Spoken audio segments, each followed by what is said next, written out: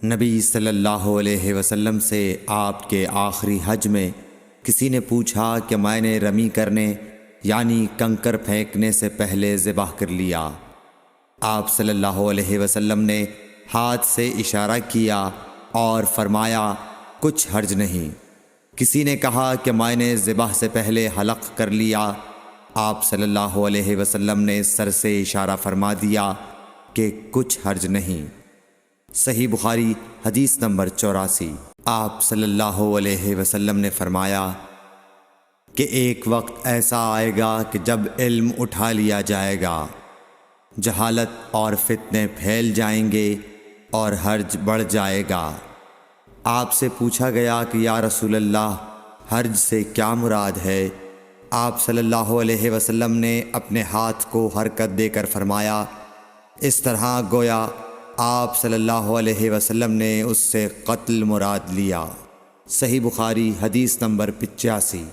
ہم سے موسیٰ بن اسماعیل نے بیان کیا، ان سے وہیب نے، ان سے حشام نے فاطمہ کے واسطے سے نقل کیا۔ وہ اسما سے روایت کرتی ہیں کہ میں عائشہ رضی اللہ تعالی عنہا کے پاس آئی، وہ نماز پڑھ رہی تھیں۔ میں نے کہا لوگوں کا کیا حال ہے؟ تو انہوں نے آسمان کی طرف اشارہ کیا، یعنی سورج کو گرہن لگا ہے۔ اتنے میں لوگ نماز کے لیے کھڑے ہو گئے۔ حضرت عائشہ رضی اللہ تعالی عنہا نے کہا اللہ پاک ہے۔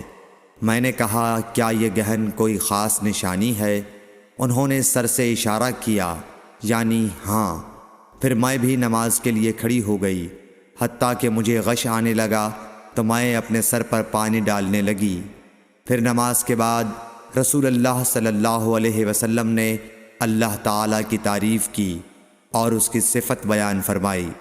پھر فرمایا جو چیز مجھے پہلے دکھلائی نہیں گئی تھی، آج وہ سب اس جگہ میں نے دیکھ لی، یہاں تک کہ جنت اور دوزخ کو بھی دیکھ لیا۔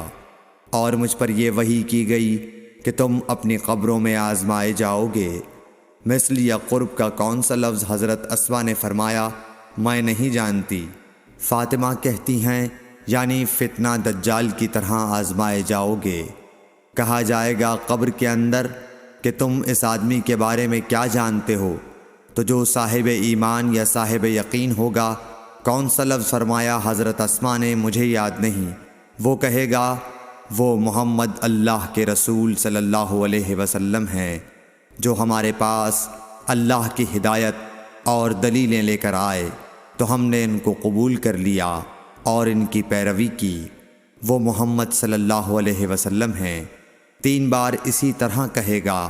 پھر اس سے کہہ دیا جائے گا کہ آرام سے سو جا، بے شک ہم نے جان لیا کہ تو محمد صلی اللہ علیہ وسلم پر یقین رکھتا تھا۔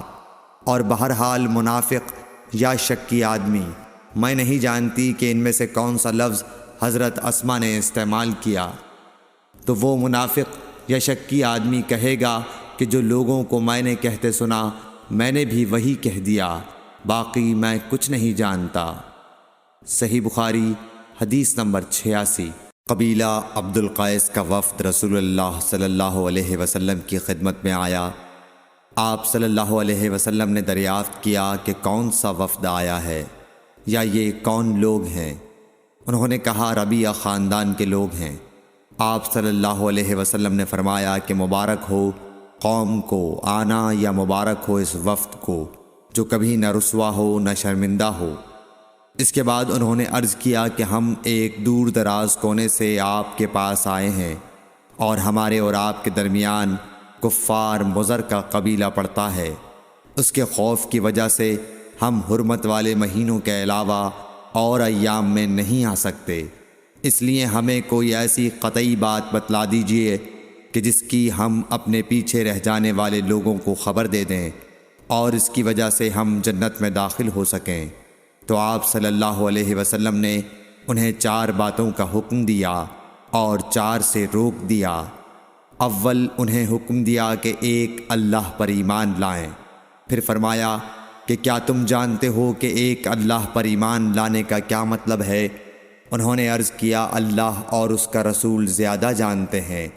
آپ صلی اللہ علیہ وسلم نے فرمایا ایک اللہ پر ایمان لانے کا مطلب یہ ہے کہ اس بات کا اقرار کرنا کہ اللہ کے سوا کوئی معبود نہیں، اور یہ کہ محمد صلی اللہ علیہ وسلم اللہ کے سچے رسول ہیں، اور نماز قائم کرنا، زکوٰۃ ادا کرنا، اور ماہ رمضان کے روزے رکھنا، اور یہ کہ تم مال غنیمت سے 5واں حصہ ادا کرو، اور 4 چیزوں سے منع فرمایا، دبا، حنتم، مزفت کے استعمال سے۔ اور چوتھی چیز کے بارے میں شعبہ کہتے ہیں کہ ابو حمزہ بسا اوقات نقیر کہتے تھے اور بسا اوقات مقیر۔ اس کے بعد رسول اللہ صلی اللہ علیہ وسلم نے فرمایا کہ ان باتوں کو یاد رکھو اور اپنے پیچھے رہ جانے والوں کو بھی ان کی خبر کر دو۔ صحیح بخاری حدیث نمبر 87۔ عقبہ نے ابو احاب بن عزیز کی لڑکی سے نکاح کیا تو ان کے پاس ایک عورت آئی اور کہنے لگی کہ میں نے عقبہ کو اور جس سے اس کا نکاح ہوا ہے اس کو دودھ پلایا ہے۔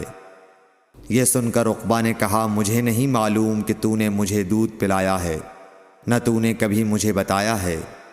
تب سوار ہو کر رسول اللہ صلی اللہ علیہ وسلم کی خدمت میں مدینہ منورہ حاضر ہوئے اور آپ سے اس کے متعلق دریافت کیا تو آپ صلی اللہ علیہ وسلم نے فرمایا کس طرح تم اس لڑکی سے رشتہ رکھو گے، حالانکہ اس کے متعلق یہ کہا گیا۔ تب عقبہ بن حارث نے اس لڑکی کو چھوڑ دیا اور اس نے دوسرا خاوند کر لیا۔ صحیح بخاری حدیث نمبر 88۔